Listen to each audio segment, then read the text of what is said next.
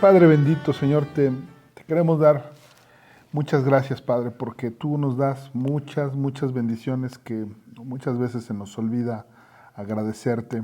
Muchas veces pensamos que están dadas por hecho y no es cierto. O sea, tú todo lo que haces en nuestra vida, desde darnos el respiro, hacernos levantar cada día y todo lo que tenemos y todo lo que somos, pues te lo debemos a ti, Padre.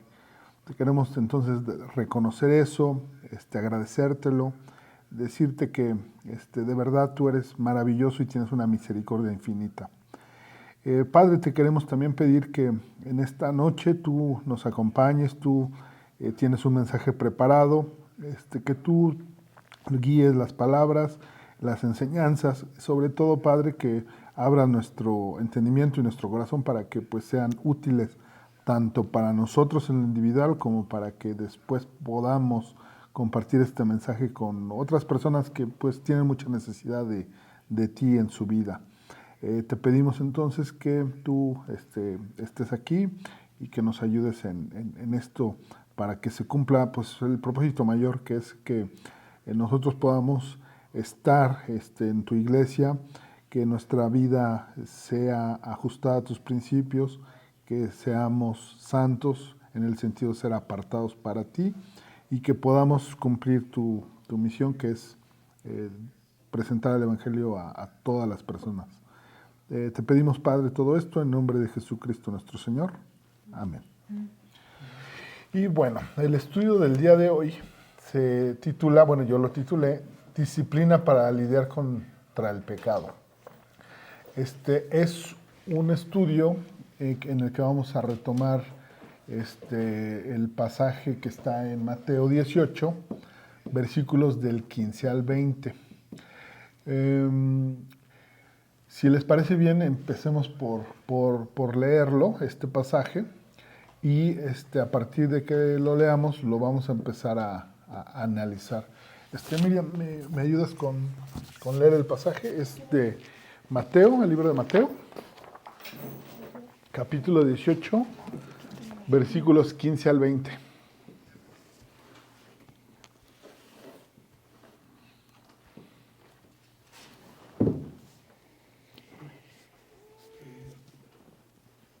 Por tanto, si tu hermano peca contra ti, ve y repréndele estando tú y él solos. Si te oyere, has ganado a tu hermano. Mas si no te oyere, toma aún contigo a uno o dos, para que en boca de 2 o 3 testigos conste toda palabra. Si no los oyere a ellos, dilo a la iglesia. Y si no oyere a la iglesia, tenle por gentil y publicano. De cierto os digo que todo lo que atéis en la tierra será atado en el cielo, y todo lo que desatéis en la tierra será desatado en el cielo.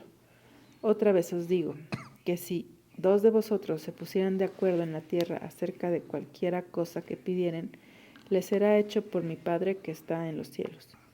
Porque donde están 2 o 3 congregados en mi nombre, allí estoy yo en medio de ellos. ¡Wow! ¿No? ¿Qué pasaje tan bonito? O sea, ya nada más de una lectura así por encima y de primera vista, estamos viendo que Jesús da una serie de consejos de qué hacer en una circunstancia especial. Pero a partir del versículo 18 ya no está tan fácil de interpretar, ¿no? ¿Qué quiere decir eso de que lo que está desatado en la tierra se desata en el cielo, ¿no? Y lo último que declara en el versículo 20, ¿no? La importancia de que 2 o 3 estén congregados en mi nombre. ¿Cómo tiene que ver todo esto? Con instrucciones que nos da Jesús para saber qué hacer, cómo lidiar con el pecado, ¿no? Entonces, este pasaje está bien interesante y bien bonito por eso, ¿no? Porque este es cuando Jesús se puso como muy práctico, sabiendo que nosotros necesitamos que nos vayan explicando paso a paso las cosas, ¿no? Y aquí es cuando podemos decir que la Biblia cobra como vida práctica, ¿no? O sea, ahorita de eso va a tratar el estudio de hoy, ¿no? Ahora, hay que dar un contexto, ¿no? ¿Cuál es el contexto de este pasaje de Mateo 18, 15 al 20? Bueno, en el capítulo 18, Jesús ha empezado a dar una serie de enseñanzas. En estas enseñanzas nos está hablando de que los creyentes debemos de ser semejantes a como son los niños, ¿no? Ya lo vimos en estudios anteriores. También predica Jesús que solo podemos entrar al reino de los cielos si somos como niños, ¿no? Ha enseñado también que es muy importante que nosotros no seamos tropiezo, que no hagamos cosas que puedan hacer que otros pequeñitos en Cristo, o sea, recién nacidos en Cristo, caigan, ¿no? Se tropiecen y como consecuencia de eso, pues, se alejen de la congregación, se alejen de una relación con Dios, ¿no? También ha predicado y nos deja muy claro en su enseñanza en Mateo 18 que para Dios, todos los pequeñitos, o sea, los niños, pero nosotros los que apenas estamos conociendo a Cristo, o sea, los recién nacidos en Cristo, merecen respeto, el respeto de todos, ¿no?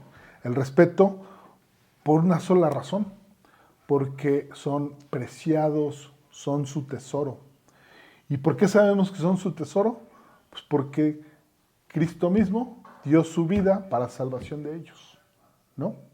Y eso nos debía de ser razón suficiente para no hacer menos, ¿no? Para no tenerlos por más inexpertos o por no valiosos, ¿no? O sea, por esa razón nos está diciendo en los versículos anteriores en Mateo 18 que debemos cuidar también el cómo nos comportamos, cuáles son nuestras actitudes, cuidar lo que decimos nosotros como el testimonio, ¿no? O sea, que nuestra vida sea congruente con lo que estamos aprendiendo en la Biblia, ¿no? Porque si nuestra vida no refleja lo que estamos predicando, pues somos y podemos hacer que otros se tropiecen, ¿no? También nos ha dicho en el pasaje de Mateo 18, en los versículos anteriores, que hay una consecuencia que es muy dura, ¿no? De quien es tropiezo de otro, ¿no? O sea, quien lo hace voluntariamente, ¿no? Quien es tropiezo de otro es mejor tirarse al fondo, ¿no? Y ser desechado, ¿no? Y también lo que vemos es que el aprecio, el valor que Cristo le da a los recién nacidos, a los niños pequeñitos, es que pues también nosotros como creyentes necesitamos ser tratados y respetados, ¿no? Como eso que es muy valioso para Cristo, ¿no? Y entonces en los primeros 14 versículos de Mateo 18, pues vemos estas enseñanzas, pero lo que vemos aquí es que es una serie de versículos dirigidos a nosotros los creyentes desde la perspectiva de lo que hay que evitar hacer, ¿sí? O sea, estas son recomendaciones de cuando el creyente va a cometer un error, un pecado en contra de otro. Pero en el versículo 15 al 20 se invierte la lógica. O sea, Jesús aquí ya está hablando de una situación distinta, ¿no? Aquí podemos decir que cambia el sentido con el que ha venido argumentando Jesús, lo que ha venido predicando, y entonces de los versículos que acaba de leer Miriam, pues nos podemos preguntar, ¿no? La pregunta que hay que hacernos es, ¿qué debemos hacer como creyentes si el pecado no lo estamos cometiendo nosotros, sino lo están cometiendo otro en contra de nosotros, ¿no? ¿Qué debemos de hacer?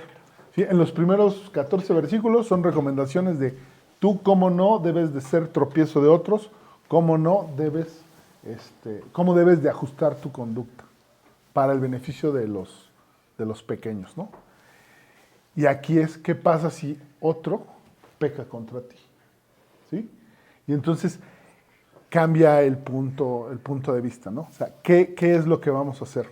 Entonces, lo que vamos a ver aquí es que hay, de entrada, 3 pasos a seguir, ¿no? Que podríamos llamar formas de disciplina, ¿sí? Una primera disciplina que podríamos llamar individual, otra disciplina que podríamos llamar colectiva, y una tercera disciplina que es por ahí un comentarista le llama disciplina eclesiástica, es decir, de la iglesia, ¿no? Entonces son los tres pasos que vamos a seguir, ¿no? Entonces vamos a concentrarnos primero en el versículo 15 de nuestro pasaje en Mateo 18. ¿Nos dices otra vez? Disciplina individual, disciplina colectiva y disciplina eclesiástica o de la iglesia, ¿sí? El comentarista es un señor Hendriksen, que así los clasifica estos tres formas, ¿no? Entonces vamos a ver la primera, ¿no?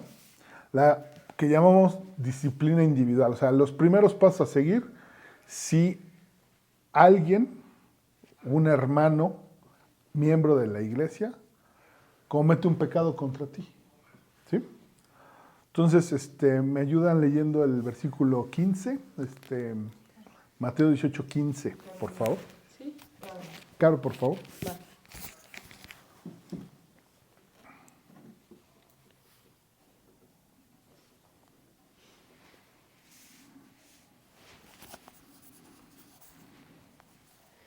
Por tanto, si tu hermano peca contra ti, ve y repréndele, estando tú y él solos. Si te oyere, has ganado a tu hermano. Muy bien, pues paso número 1, ¿no? En este manual de instrucciones para lidiar con el pecado. Si tu hermano peca contra ti, dice, ve y repréndele, estando tú y él solos. Entonces, primer dato, ¿no? Estamos hablando de que son ofensas privadas, donde el único que se enteró fuiste tú y la persona que pecó, ¿no? Y si se fijan, aquí en el versículo no está diciendo ve y cuéntalo por todos lados, ¿no? Que esa es nuestra tendencia, ¿no? Un hermano comete un pecado contra nosotros, nos tira una mentira, se queda con algo que no es suyo, no sé. Alguna ofensa que es pecado va contra nosotros y ¿qué es lo que hacemos? Empezamos a cuchicharlo. Según nosotros no queremos que nadie se entere, pero se lo platicas a la persona más comunicativa, ¿no? ¿Y qué logras? Que esto se sepa, ¿no? La primera instrucción que nos da aquí Jesús es, dice, ve y repréndele estando tú y él solos. Ahí no dice, párate en la mesa y enfrente de todos reclama. No. Lo que dice es, busca la ocasión en la que estén solos. ¿Sí? Y por eso le decimos una manera de disciplina. Recordemos, la disciplina es para nuestro crecimiento, ¿sí? Así como decíamos hace un rato que Dios en muchos casos nos ve como sus niños, como sus hijos, pues los que somos padres entendemos mucho eso, ¿no? ¿Cuál es el efecto de que regañemos, corrijamos a un hijo frente a todos, en público? Pues no lo va a tomar a bien. Lo que le digamos no lo va a escuchar porque va a estar más preocupado por el qué dirán, ¿no? O el prevalecer en su punto de vista, ¿no? Entonces, por eso este primer método de cómo lidiar con el pecado es privado, ¿no? Esto también lo vemos, por ejemplo, en Lucas 17, versículos 3 y 4. Natalia, ¿me ayudarías con la lectura?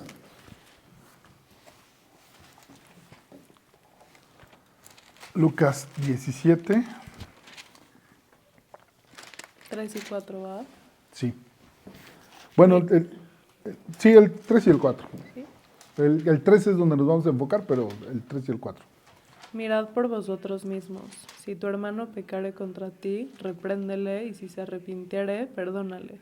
Y si 7 veces al día pecare contra ti, y 7 veces al día volviere a ti diciendo, me arrepiento, perdónale. ¿Sí?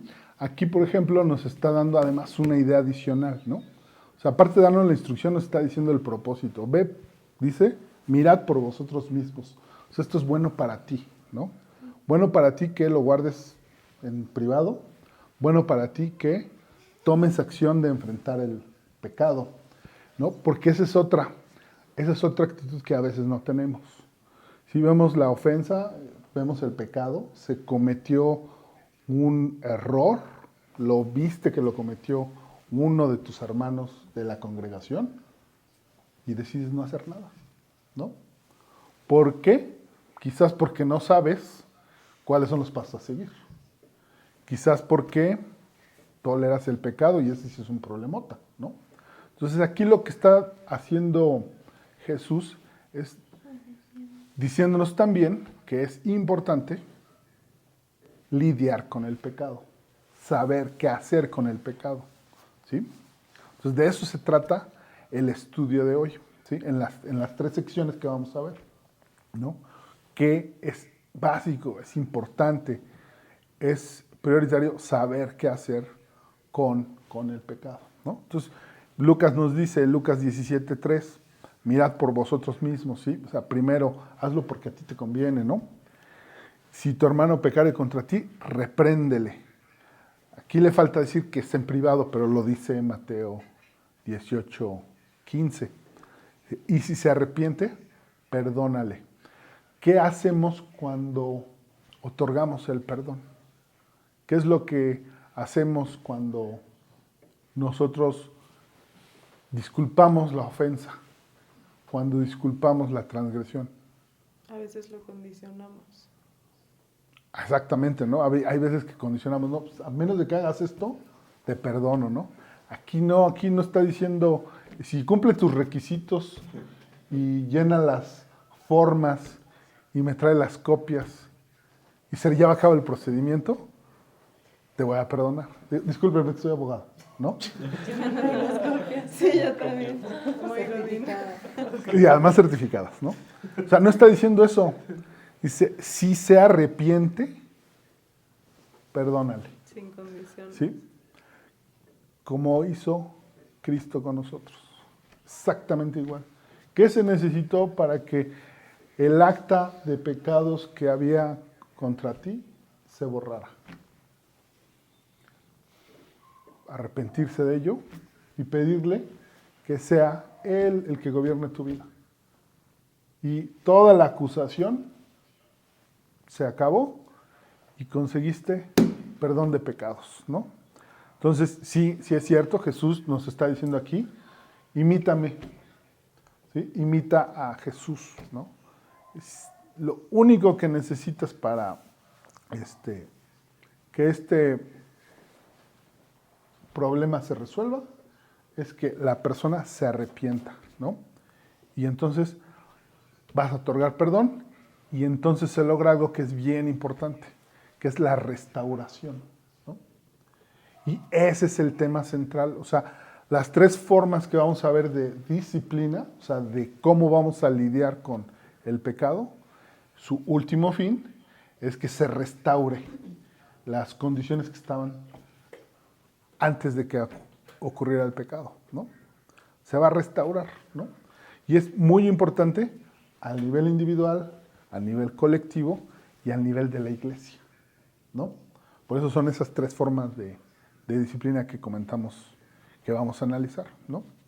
Entonces es por eso el propósito final de estas 3 formas que vamos a ver en Mateo 18:15 y al 20, es que el propósito final es restaurar al hermano, ¿sí?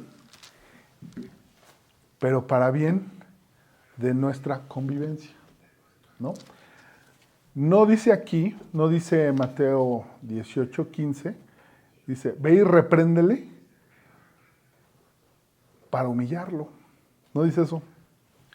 No dice, ve y repréndele para que tú te sientas bien y él mal, ¿no? Aquí el propósito final es, dice aquí, ganar a tu hermano, ¿sí? Dice, si te oyere, es decir, si se arrepiente, has ganado a tu hermano, ¿sí? ¿Qué has hecho? Has restaurado a tu hermano en tu relación con él. Y por fin hay reconciliación, ¿no?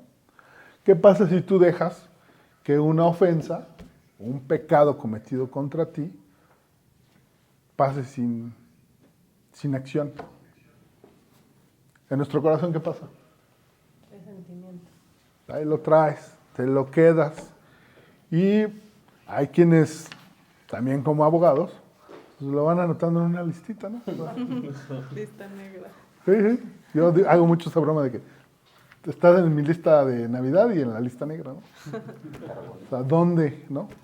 O como dicen, la diferencia de 2 milímetros, ¿no? De subrayar el nombre a tachar el nombre, ¿no? Entonces nada más 2 milímetros la diferencia, ¿no? O sea, si tú no haces eso, tú lo llevas en el corazón. Y él no se puede restaurar. Y tu relación con él no se puede tampoco restaurar, ¿no? Entonces, la importancia de tomar acción respecto al pecado es esa. El que se puedan restaurar las cosas, ¿no? Que se pueda ganar a tu hermano. Es decir, que él pueda resolver ese problema de pecado. Que pueda haber reconciliación, ¿no? Esa es la prioridad de estas enseñanzas, ¿no? Ahora, si les parece bien, vamos al siguiente versículo, el versículo 16, que aquí ya estamos hablando de un segundo paso. O sea, porque nos está diciendo Jesús, primero haz esto, 18. si no funciona, hagamos el siguiente paso, ¿no? Entonces, es el versículo 16 en Mateo 18. Jesús, ¿lo puedes leer? Mas si no te oyere, toma aún contigo a uno o dos, para que en boca de 2 o 3 testigos conste toda palabra. ¿Sí? Entonces dice, mas si no te oyere, es decir, mas si no se arrepiente, ¿sí? Insiste en que él tiene la razón, no reconoce su pecado, hace como que no pasó, no sé, ¿no? En nuestra manera de actuar tenemos muchas salidas, ¿no? Cuando nos descubrimos en falta, ¿no? ¿Sí? Porque aún los creyentes somos así, o sea, nos va limpiando Cristo, pero pues también, ¿no? Te avergüenzas, ¿no? El hermano te dijo el tema de la falta, por alguna razón en lo privado no la reconoces, y entonces aquí está diciendo Jesús, hay que tomar otra acción, ¿no? Y la segunda acción recomendada es esta. Dice, toma aún contigo a uno o dos, para que en boca de 2 o 3 testigos conste toda palabra, ¿no? Entonces lo que vas a hacer es pedir la ayuda de otros hermanos en Cristo, ¿sí? Y aquí es bien importante, no está diciendo que agarres a los primeros que andan pasando por ahí, ¿no? O sea, lo que se requiere aquí también es que estas personas sean también de la familia de Cristo, ¿no?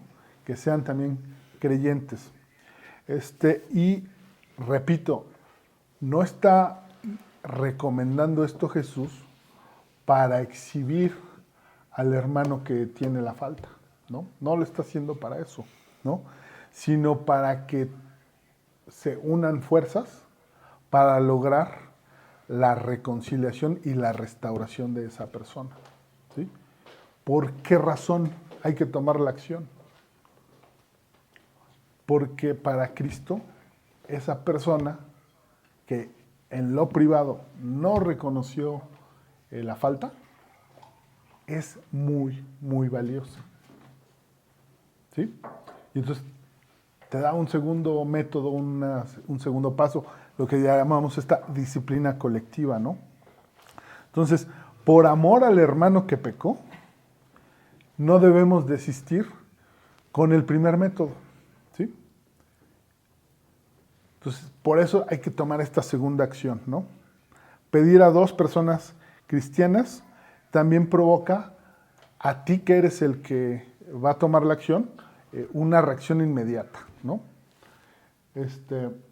Porque una cosa es, como le llaman, tête à tête, ¿no? O sea, decirle al hermano en privado, oye, estoy ofendido, pasó esto, vi este error, vi que no estás apegándote a los principios de la Biblia, veo que esta actitud que estás tomando no es de tu crecimiento.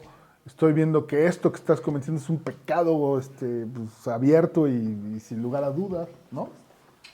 Esa es la primera acción, ¿no? Pero pues el hermano no hace caso.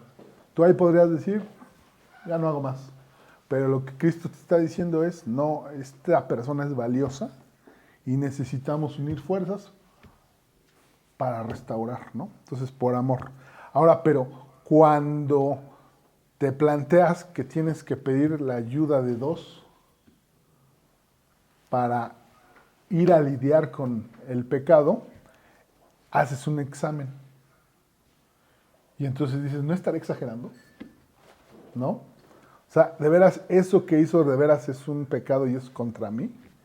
Entonces esa es la primera ventaja de ir con dos, porque en ese momento en el que le estás relatando a la otra persona estas cosas que tú has identificado como pecado, lo que te puedan decir también puede reflejar que a lo mejor te equivocaste, ¿no? Y entonces esa es también una manera de resolver este problema, ¿no? ¿Sí? Esa sería una primera reflexión.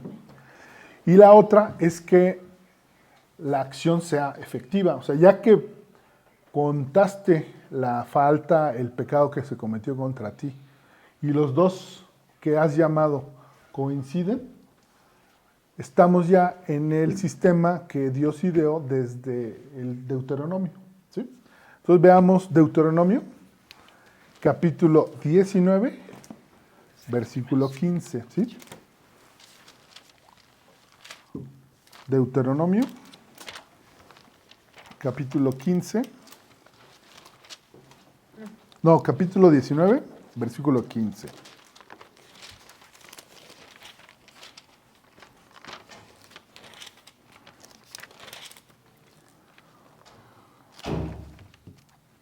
Sí, Lorena, ¿me ayuda leyéndolo? Sí, claro. 15, ¿verdad?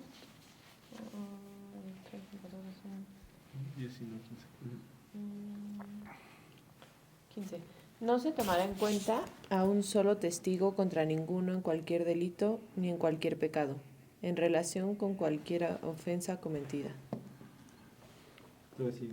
¿Así? Solo por el testimonio de 2 o 3 testigos se mantendrá la acusación. ¿Sí? O sea, para decirle a una persona, has pecado, o sea, el primer sistema, ya dijimos, es individual. Pero cuando involucramos a alguien más, necesitamos 2 o 3 para que dice aquí el versículo acusación, ¿no? Pero para establecer que sí pecó, se necesita del acuerdo, ¿no? Del consenso, ¿no? Porque les digo, pudiera suceder que yo como lo relato, pues el otro dice no y el otro dice no, y entonces el que interpretó mal quizás fui yo, ¿no? Pero cuando los 3 coincidimos, ya hay un consenso, ¿no? Y esto es valioso y les digo, además, pues es así también, y les vuelvo a platicar que soy abogado, algo que incluso las leyes retoman, ¿no? O sea, en nuestra legislación, incluso no es efectivo el que tú te confieses, que confieses el haber cometido un delito. Se requiere que haya otras pruebas, ¿no? Que haya algún testigo que corrobore también eso, ¿no? O sea, eso es incluso para protección del que se incrimina, ¿no? Por eso la necesidad de que alguien más coincida en eso, ¿no? ¿Sí? Dice aquí, son testigos, es decir, vieron el acto que se estaba cometiendo, ¿sí? Fueron testigos de la cosa, ¿no? O coinciden en que lo que se realizó es efectivamente un pecado, ¿no? Dice aquí, en relación con cualquier ofensa cometida. Dice, solo por el testimonio de 2 o 3 testigos se mantendrá la acusación, ¿sí? Se mantendrá el que esto que estamos planteando efectivamente es considerado por 2 o 3 más tú como pecado, ¿no? Ahora, Los creyentes acompañantes, como decía, podrán confirmar o no si es esta causa justa. Pero el objetivo, de nueva cuenta, y lo repito y yo creo que hay que recalcarlo mucho, no es humillar, ¿no? No es poner en el banquillo del acusado al pecador, sino decirle lo importante que es para Cristo el que se pueda reparar la relación que hay, ¿no? Que pueda reconciliarse otra vez con Dios, que pueda llegar al arrepentimiento, ¿no? Aquí, por ejemplo, un comentarista, que ustedes todos lo conocen, MacArthur, dice, el objetivo es mantener a las personas en la iglesia puras. Y se hace porque los hermanos creyentes son valiosos a los ojos de Dios. ¿Sí? Por eso tenemos que acudir a esta segunda forma de disciplina, ¿no? Es el segundo método de restauración, ¿no? ¿Y por qué razón es necesario que otros intervengan? Por la misma razón del principio, porque para Cristo todos sus creyentes, todos los cristianos, somos tesoro. ¿Cómo sabemos que son tesoro? Porque murió por cada uno de nosotros, por cada uno de los creyentes, ¿no? Se derramó su sangre por cada uno de ellos, ¿no? Entonces, si Cristo murió por ellos, si Cristo dio el máximo sacrificio, pues nosotros estamos invitados a tomar acción, ¿no? Entonces aquí yo también te diría, no solo cuando pecan contra ti hay que estar dispuestos a tomar acción, sino cuando dentro de la congregación alguien te pide acompañar para actuar para resolver el tema, ¿no?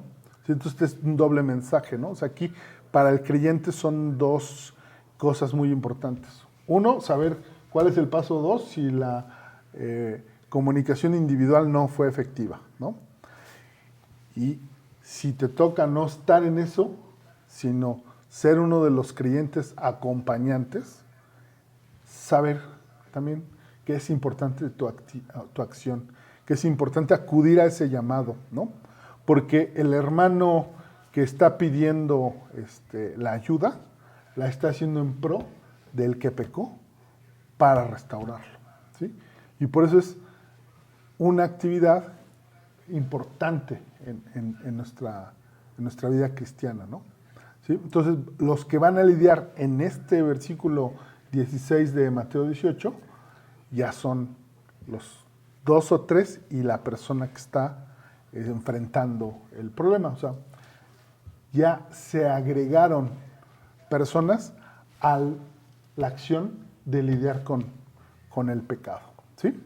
Entonces, esa es la segunda forma de disciplina, ¿no? La segunda forma que Cristo nos está enseñando de cómo lidiar con el pecado, ¿no? Vamos a la tercera, porque pues resulta que los seres humanos, aun cuando ya tengamos un consenso de que hemos cometido una falta, pues hay quien ni así, ¿no? O sea, en lo individual no lo aceptó, y cuando ya hubo la intervención de 3 y hay vamos a decir, una mayor certeza, una convicción, y aún así no. Entonces, ¿qué es lo que nos dice Cristo que hay que hacer? Entonces veamos Mateo 18, el versículo 17, Kevin, ¿me ayudas a leerlo? Ajá. Si no los oyere a ellos, dilo a la iglesia, y si no oyere a la iglesia, tenle por gentil y publicano. ¿Sí? Y esta es la parte bien dura de este pasaje y de este estudio, ¿no? Porque lo dice de manera muy amable, pero tiene una repercusión importante y consecuencias fuertes. De hecho, en Mateo 18 hemos oído un par de versículos muy, muy fuertes, ¿no? ¿Qué es lo que tenemos aquí? Que la persona que pecó, primero, en lo individual no lo aceptó. Segundo, cuando ya hay un colectivo, o sea, reunidos 2 o 3, tampoco. Y entonces lo que nos dice Jesús es, dile a la iglesia. Ahora sí, hay que decirlo, pero no en el sentido de chisme, ¿no? Para desacreditarlo. No, aquí la intención es que la iglesia, entendida como la comunidad de creyentes que está localizada y organizada de manera local, o sea, nosotros aquí reunidos, ¿sí? Tomen acción para que este hermano se pueda restaurar. ¿Sí? Esa es también una siguiente acción. ¿Sí? Es ahora la iglesia, ¿no? La iglesia, todos los congregados, ¿sí? De la misma forma, no se trata de exhibir a toda la iglesia que hubo una transgresión, sino invitar a toda la iglesia a que le demuestre amor, ¿sí? Que le transmita el mensaje de que es muy valioso y que es muy importante que se arrepienta de lo que hizo, ¿no? Para lograr el objetivo final, que ya lo habíamos dicho, que es restaurar la riqueza espiritual de la iglesia.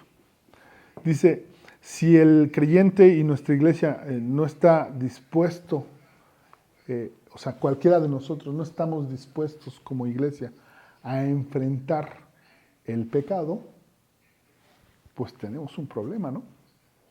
Entonces, por eso también, como integrantes de una iglesia, estamos llamados a tomar esa acción cuando nos la es pedida en esta circunstancia, ¿no? ¿Y cuál es la consecuencia para, vamos a decir, en el remoto caso, de que ya con la acción de la iglesia, con el consejo de todos, con una plática fraterna de todos, la persona insiste en su falta, si no la reconoce, si no se arrepiente? ¿Cuál es la consecuencia? Dice aquí el versículo 17, si no los oyere a ellos, dilo a la iglesia. Y si no oyere a la iglesia, tenle por gentil y publicano. ¿Sí? Aquí cuando habla de publicano es como algo bien fuerte porque es alguien considerado traidor, ¿no? Eran los judíos que estaban haciendo el trabajo de los romanos para molestar a los judíos, ¿no? Por eso era tan dura esta palabra en este contexto, ¿no? ¿Qué quiere decir? Algo muy fuerte, ¿no? Si esta persona, aún en esa circunstancia, aún cuando la iglesia completa le está mostrando amor, le está ya transmitiendo que es valioso y que es muy importante que vaya a arrepentimiento y no los oyere, es decir, no se arrepiente, dice, tenlo por gentil, o sea, ya no está en la iglesia, tenlo por publicano, como si fuera un traidor, ¿no? Yo lo chequé 2 veces, ¿no? O sea, si estaba leyendo correcto, ¿no?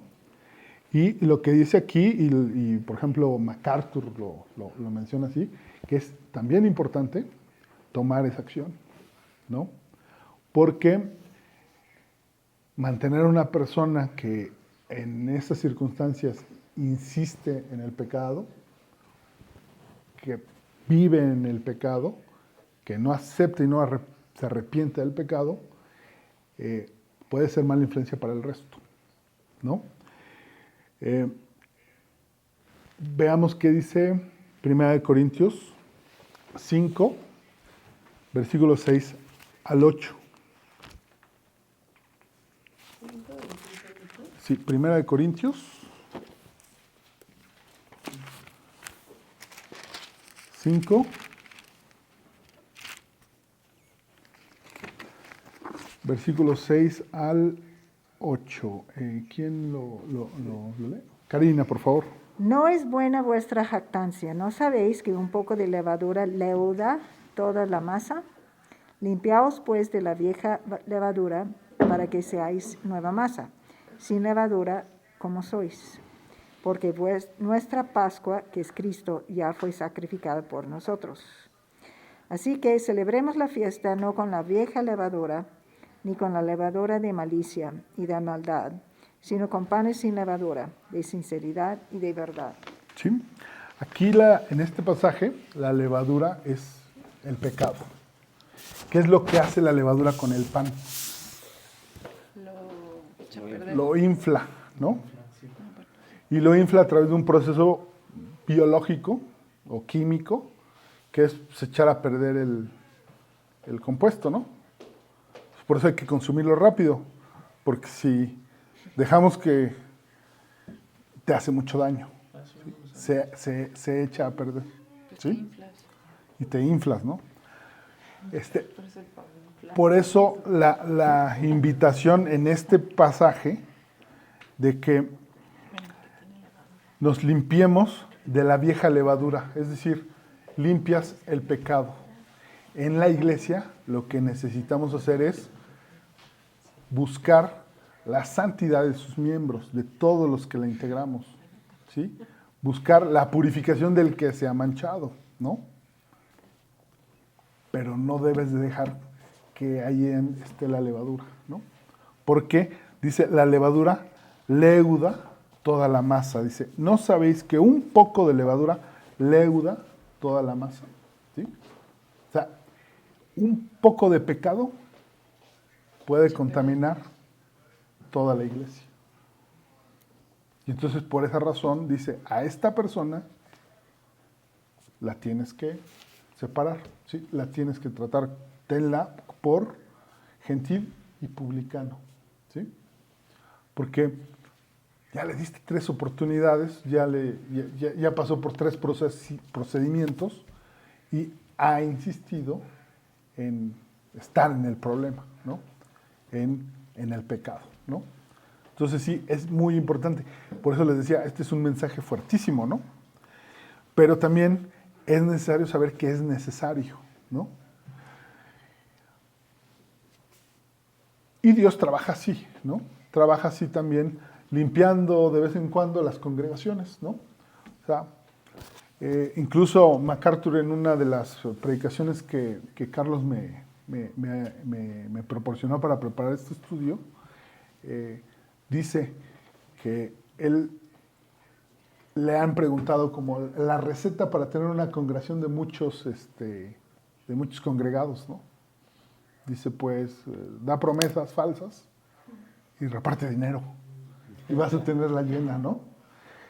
Y es más difícil que una iglesia crezca cuando se apega a los principios, ¿no? Y entonces es una especie de depuración también, ¿no? Entonces también yo te diría que en este pasaje Cristo te está diciendo que es necesario llevar la disciplina con estos 3 pasos para lograr la restauración, pero si la restauración no fue posible por el corazón endurecido de la persona que pecó, te conviene darle el tratamiento de levadura, ¿no? O sea, hacerla a un lado, ¿no? Para que no contamine el resto, ¿no? Y les digo, si es un tema muy importante, hay que tomarlo así, ¿no? Y darle el peso, ¿no? Que tiene. Ahora, los siguientes versículos, como les decía, pareciera que no están tan relacionados con el tema, pero van directamente a hacer una muy buena enseñanza de parte de Jesús para nosotros, ¿sí? Veamos versículos 18 de Mateo 18, por favor, Miriam, si nos lo puedes leer, ¿no? Mateo 18, 18. De cierto os digo que todo lo que atéis en la tierra será atado en el cielo, y todo lo que desatéis en la tierra será desatado en el cielo. ¿Sí? ¿A qué se refiere esto de que algo está atado? ¿Sí? Recordemos, cuando nosotros estamos enfrentando el pecado de otra persona, lo que queremos hacer es llamarla al arrepentimiento. El arrepentimiento, por fin, lo que nos va a ayudar es a lograr la restauración de esa persona, primero con Dios y luego con los demás, ¿no? Y nosotros nos alegramos cuando hay arrepentimiento, cuando se lo notas, ¿no? Entonces, lo que estamos haciendo en esta acción de enfrentar el pecado, ¿sí? Cuando lo hacemos de manera individual, la persona se arrepiente y te alegras porque ya se restauró las cosas con Dios, estás desatando a esa persona de su pecado. Entonces estás haciendo aquí en la tierra lo que Cristo hace en el cielo. A eso se refiere este versículo, ¿no? Por el otro lado, si la persona no se desata de su pecado, es decir, no logra arrepentimiento, la persona va a seguir atada al pecado aquí en la tierra. Y esto va a tener reflejo en el cielo, ¿no? Vamos a decir así, si alguien se arrepiente, ha sido desatado. Si alguien no se arrepiente, continúa atado a sus pecados, ¿sí? Y aquí es cuando diríamos, entonces vemos que en la enseñanza de Jesús tiene una sincronía lo que pasa aquí y lo que pasa allá, en el cielo, ¿no? Veamos el siguiente versículo, versículo 19. José Juan. Otra vez os digo que si de dos de vosotros se pusieren de acuerdo en la tierra acerca de cualquier cosa que pidieren, les será hecho por mi Padre que está en los cielos. ¿Sí? Y esto va en relación con el versículo 16, en donde Jesús nos pide llamar a dos o más para lidiar con el pecado. ¿Cómo interpretaríamos este versículo 19? Dice, otra vez os digo que si dos de vosotros se pusieren de acuerdo en la tierra acerca de cualquier cosa que pidieren, cuando los dos o tres que fueron a confrontar a la persona que pecó, llegan al acuerdo de que esa persona se arrepintió, ¿qué es lo que hacemos? Oramos para que ese arrepentimiento sea confirmado por Dios y logre el perdón y la restauración. ¿Sí? A eso se refiere. Cuando dos o tres nos ponemos de acuerdo en que este arrepentimiento pues, es verídico, pues le decimos a Dios, Dios, tenemos el acuerdo de que el hermano, pues ya ni nos acordamos de qué hizo. Si tú lo perdonaste, pues nosotros también lo perdonamos y todo se ha reparado, ¿no? Y entonces dice aquí el versículo, cualquier cosa que pidieren, les será hecho por mi Padre que está en los cielos, ¿sí? Otra vez un reflejo de lo que pasa aquí, va a ser reconocido por Dios en el cielo, ¿no?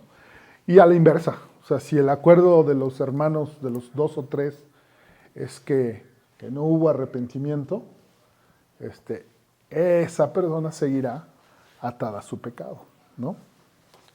¿Sí?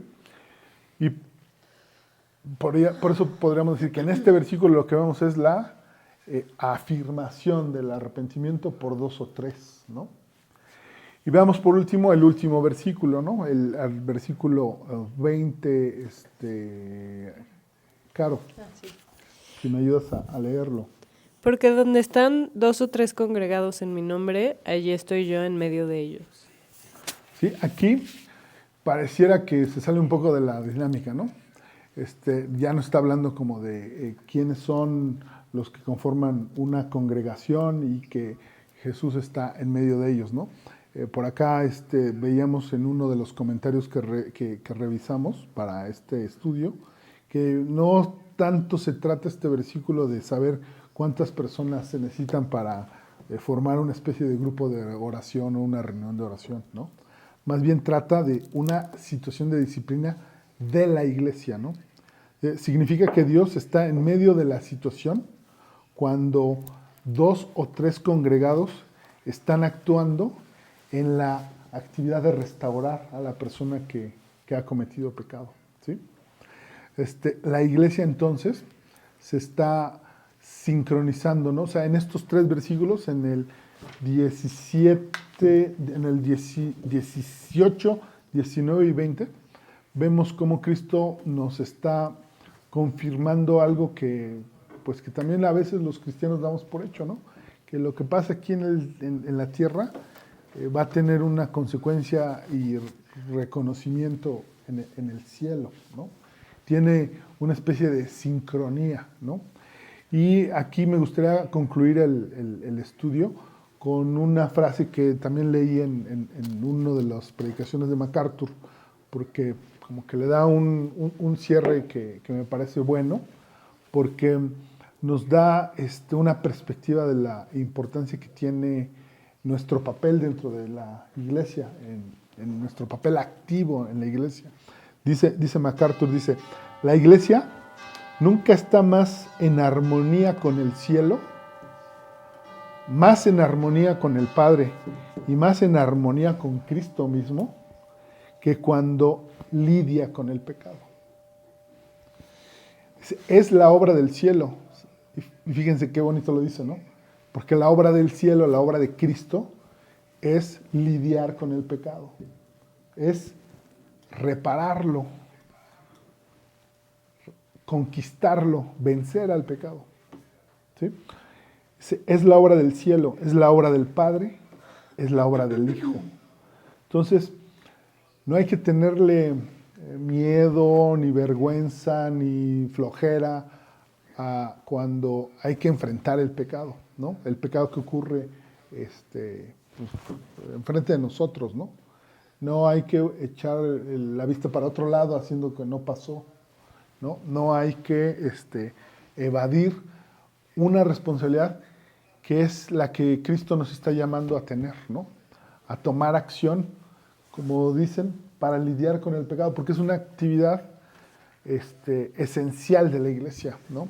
La iglesia no solamente sirve para tener un grupo social, en donde sí nos llevamos bien con todos y tenemos un rol, un papel, un mayor o menor protagonismo, ¿no? La iglesia, para, entre otras cosas, para lo que sirve, es para que sus integrantes tengan un sistema que les permite ir teniendo su vida cada vez más pura, ¿sí? Y es por eso bien importante estos versículos que acabamos de analizar, ¿no? O sea, porque es el lugar que te toca a cada uno de nosotros en nuestra congregación, ¿no? Y lo importante que es para Cristo el que todos los miembros de la iglesia se mantengan puros, ¿no? Que estén en santidad, separados para Dios, con base en sus principios, buscando caminar por el camino que Él anduvo, ¿no? A veces calzando sus zapatos y a veces haciendo las cosas que Él hizo. Y pues les digo, a mí me gustó mucho cómo termina este parrafito de MacArthur, porque pues nos dice que la actividad, una de las actividades importantes de la iglesia, yo creo que inmediatamente después de difundir el evangelio a toda criatura, es que los que son miembros de la iglesia se parezcan cada vez más a Cristo, ¿no? ¿Cómo nos podemos parecer más a Cristo? Pues así, tomando acción, lidiando contra el pecado, ¿no? Porque eso es lo que vino a hacer, porque eso es lo que hizo y lo que vemos que hizo en toda la Biblia, ¿no? O sea, Dios, el plan de salvación, no es otro más que reparar el pecado del hombre, ¿no? De cada uno de nosotros. Esa es la misión de Cristo, esa es su gran obra. Lidiar con el pecado desde la iglesia, en lo individual, con la ayuda de hermanos y como toda una congregación, es también una de sus prioridades, ¿no? Y por eso este mensaje es bastante importante y valioso, ¿no? El de la disciplina para lidiar contra el pecado, ¿no? Entonces yo espero que este mensaje, este estudio, pues sea muy útil para que no se nos olvide, para que cuando ocurra podamos todos nosotros saber qué paso seguir, ¿no? En ese orden, porque pues, tampoco hay que cambiarlo, ¿no? O sea, aquí Cristo es preciso, ¿no? Como si fuera un manual, ¿no? la disciplina individual, la disciplina colectiva y la disciplina eclesiástica, ¿no? Son las 3 cosas que hay que echar a andar, ¿no? Entonces, si les parece bien, damos por concluido el estudio de hoy y les invito a que me acompañen en una breve oración, ¿sí? Para después convivir. Padre bendito, Señor, te damos de verdad muchas gracias, Padre, porque tú te ocupas de pensar en todo para que nosotros podamos seguir creciendo en nuestra vida cristiana. Te agradecemos mucho, Padre, que tú en esta predicación nos mostraste instrucciones precisas, que no son complicadas, que es importante tenerlas, que tú, Padre, también diseñas un plan que tiene que ver siempre con tu amor y con la bondad que tienes para que todos los que están dispuestos a arrepentirse reparen su relación contigo, logren la reconciliación que necesitan. Y Padre, también tú te ocupaste de decirnos en estas instrucciones el papel que tenemos como miembros de un colectivo, como miembros de tu iglesia, como parte de tu cuerpo, el que nosotros tenemos y estamos llamados a tomar acción, a enfrentar y lidiar con el pecado y así, Padre, empezar a parecernos más a ti, a parecernos más a Cristo, para poder hacer la obra que es buena y agradable a tus ojos, Padre. Te pedimos entonces que tú nos des siempre, Padre, discernimiento, que tú nos des valor y que tú nos impulses a tomar acción para no tolerar el pecado en nuestras vidas, en nuestra vida personal, el pecado cuando lo vemos de un hermano y el pecado dentro de nuestra congregación, de nuestra iglesia, Padre. Te pedimos y te agradecemos mucho porque tú también nos das los elementos para poder lidiar con todo esto.